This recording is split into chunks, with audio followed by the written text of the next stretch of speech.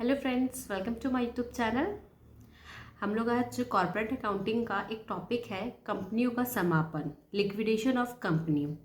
उसके ऊपर मैंने एक वीडियो बनाई थी और आज हम लोग बनाएंगे उसके प्रैक्टिकल क्वेश्चंस को। क्योंकि जैसे मैंने वीडियोस में आप लोग को पूरा थ्योरेटिकल पार्ट दिया था जिसमें आपको फॉर्मेट थे, उससे रिलेटेड जो वर्किंग नोट्स होते हैं वो सारी चीज़ें आपको बताई थी, समझाई थी। और उसमें मैंने आपको ये भी बताया था कि किस स्टेप के बाद हम किस स्टेप को फॉलो करते हैं। यहाँ पे प्रैक्टिकल क्वेश्चंस रहेगा, आपको प्रॉपर एक क्वेश्चन मैं दिखाऊंगी और उसका सॉल्यूशन दूंगी। वैसे ये क्वेश्चन ऑलरेडी रिक्वेस्टेड है, बहुत से स्टूडेंट्स ने या बहुत से लोगों ने ये कहा है कि मैम इसका कुछ क्वेश्चन बताइए। और किसी ने बताया था कि ma'am question number 10 CM product limited, इसके ऊपर आप मुझे सोल्यूशन दीजिए। तो आज का क्वेश्चन हमारा रहेगा सीएम प्रोडक्ट लिमिटेड का। तो उसका मैंने आपको क्वेश्चन भी शो किया है और आपको सोल्यूशन भी दिया है। फिर भी अगर आपको कोई डाउट्स हो या क्वेरीज हो तो आप डेफिनेटली कमेंट सेक्शन में मुझे बता सकते हैं। और भी किसी टॉपिक पे अगर आपको सॉल्यूशन चाहिए तो आप इसी तरीके से मुझे क्वेश्चन नंबर और उसकी जो हेडिंग रहती है, जिसमें जैसे इस क्वेश्चन में दी हुई थी सीएम प्रोडक्ट लिमिटेड, हेडिंग के साथ अगर आप मुझे देंगे तो मैं कोशिश करूँगी जल्द से जल्द आपको उसका सॉल्यूशन दे पाऊँ। So let's start the video. यहाँ पे मैंने सीएम प्रोडक्ट लिमिटेड का क्वेश्चन ओपन करके रखा है। क्वेश्चन दोनों लैंग्वेजेस में लिखा हुआ है, तो मैं आपको जो इन्फॉर्मेशंस है उसको थोड़ा बता देती हूँ। लेनदार मीन्स क्रेडिटर्स, उसमें आपको 3 चीज़ दी गई है, दे आयकर, कर और लेनदार, और उसकी राशि यहाँ पे दी हुई है। उसके बाद आपको दिया हुआ है 20,000 रुपये वाले 5% ऋण पत्र, जिन पर 1 जनवरी तथा 1 जुलाई को 6 माही ब्याज दिया जाना है।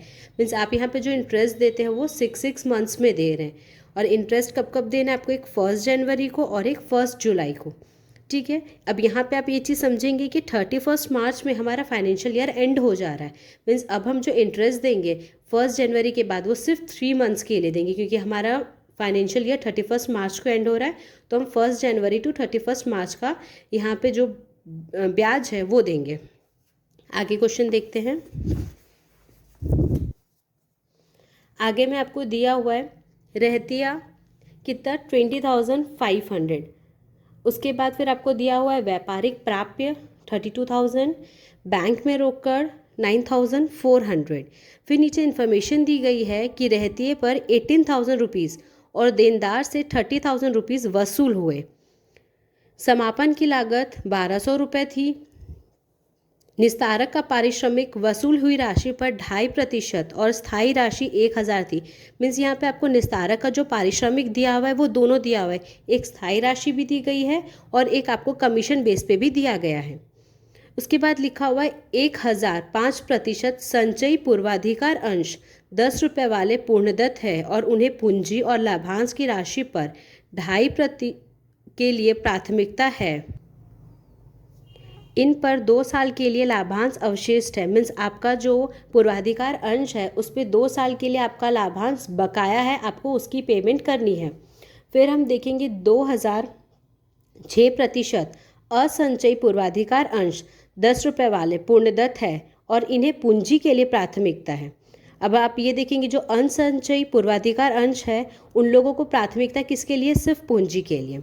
फिर दिया हुआ है 3,000 क्षमता अंश 10 रुपये वाले, जिन पर 7 रुपये और 50 पैसे प्रति अंश चुकाया गया है, यह मानकर कि क्षमता अंशों पर आवश्यक याचना की गई है और संबंधित राशियाँ प्राप्त हो गई है। मीन्स ये 3,000 जो क्षमता अंश है 10 रुपये वाले, उसमें आपको कितना अमाउंट मिला है, 7.5 रुपये मिला है हर एक अंश पे। ये मान लिया गया है कि आपने याचना कर ली है और आपको उससे रिलेटेड जो राशि है, उससे संबंधित जो राशियाँ है वो आपको मिल चुकी है। निस्तारक का अंतिम विवरण खाता बनाइए। मैंने यहाँ पे कुछ चीज़ों को अंडरलाइन किया, आप देख रहे हैं। मीन्स ये चीज़ें ऐसी है जहाँ पे हमारा कुछ ना कुछ एडजस्टमेंट या कुछ ना कुछ ऐसा बनाना है कि हाँ, हमें इसको देखना पड़ेगा कि ये चीज़ें हमें अभी लगेगी।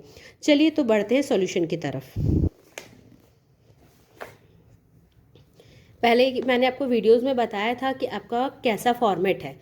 फॉर्मेट में आप सबसे पहले लिखेंगे निस्तारक का अंतिम खाता विवरण। इसमें इस साइड मीन्स आपका ये जो डेबिट साइड होता है वहाँ पे आप लिखते हैं प्राप्तियाँ और क्रेडिट साइड में होता है भुगतान। मैंने आपको बताया था इस जब भी आप इस विवरण को बनाओगे, इस खाते को बनाओगे, तो सबसे पहले हम प्राप्तियाँ साइड को लिखते हैं। ताकि हमें पता चले कि हमने कितनी राशि को प्राप्त किया और उसी के हिसाब से हम भुगतान करेंगे। क्योंकि हमारे पास अगर प्राप्ति ही नहीं हुई है राशि तो हम भुगतान कहाँ से करेंगे। तो सबसे पहला कॉलम हमारा बनता है प्राप्तिया का। प्राप्तिया में भी मैंने बताया था कि सबसे पहले हम किस चीज़ को लिखते हैं, रोकड़, क्योंकि कैश ऐसी चीज़ है जिसको वसूल नहीं की जाती है, वो ऑलरेडी हमारे पास अवेलेबल होती है। तो हम सबसे पहले लिखेंगे रोकड़ से। रोकड़ में आपको दिया हुआ है 9400 रुपीज़, ऑलरेडी क्वेश्चन में दिया हुआ है, आप देख सकते हैं। उसके बाद फिर हम क्या देखते हैं, संपत्तियों की वसूली।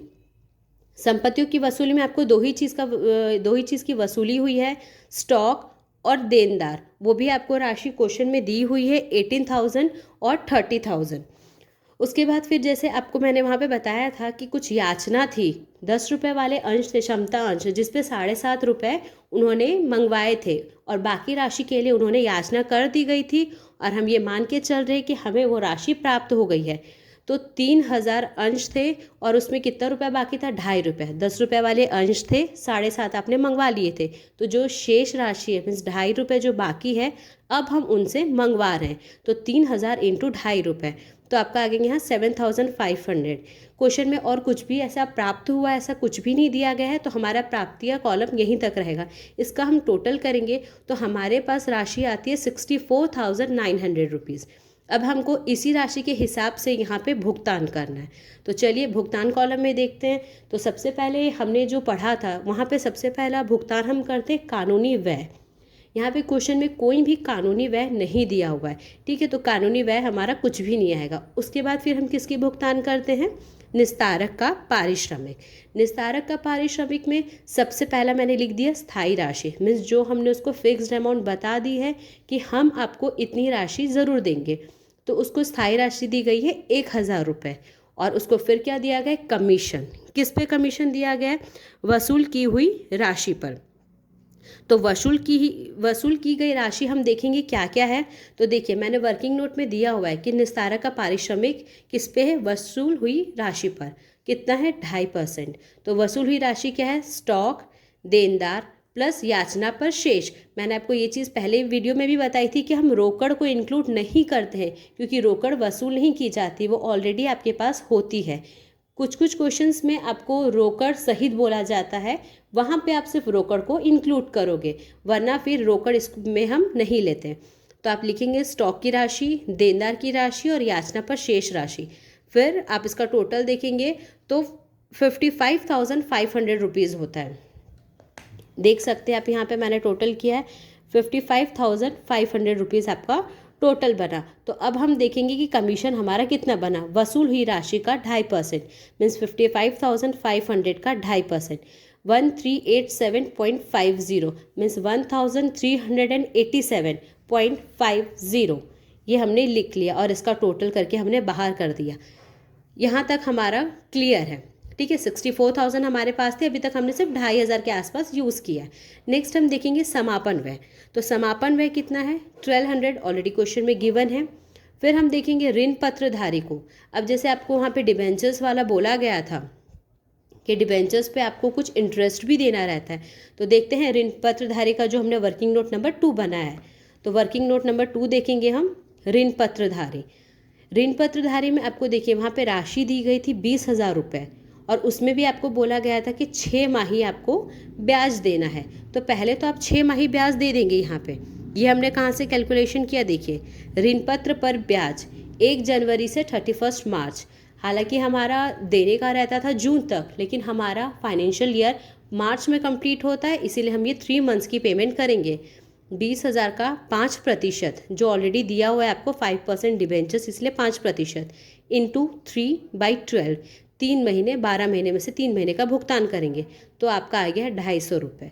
तो ऋण पत्रधारी को कितने मिलेंगे, उसके 20,000 जो उसकी मूल राशि है प्लस 250 रुपये जो उसका ब्याज बनता है, टोटल हो गया 20,250। ये देखिए ऋण पत्रधारी को 20,250 ये हमने लिख लिया। अब नेक्स्ट जो हम भुगतान करते हैं वो है लेनदार को। तो बुक में मैंने अभी बताया था लेनदार में 3 चीज़ें दी गई है आपको, कौन सी, देय आयकर, कर और लेनदार। तो ये तीनों राशि उसी की है। देय आयकर दिया हुआ है 1,200 रुपये, कर दिया हुआ है 450 और आपको लेनदार दिया हुआ है 7,850। इसका टोटल आप करेंगे तो 9,500 आएगा। यहाँ तक हमने पेमेंट कर दी है। अब हम लोग देखेंगे कि क्या हमारे पास अभी भी बैलेंस बच रहा है पेमेंट करने के लिए।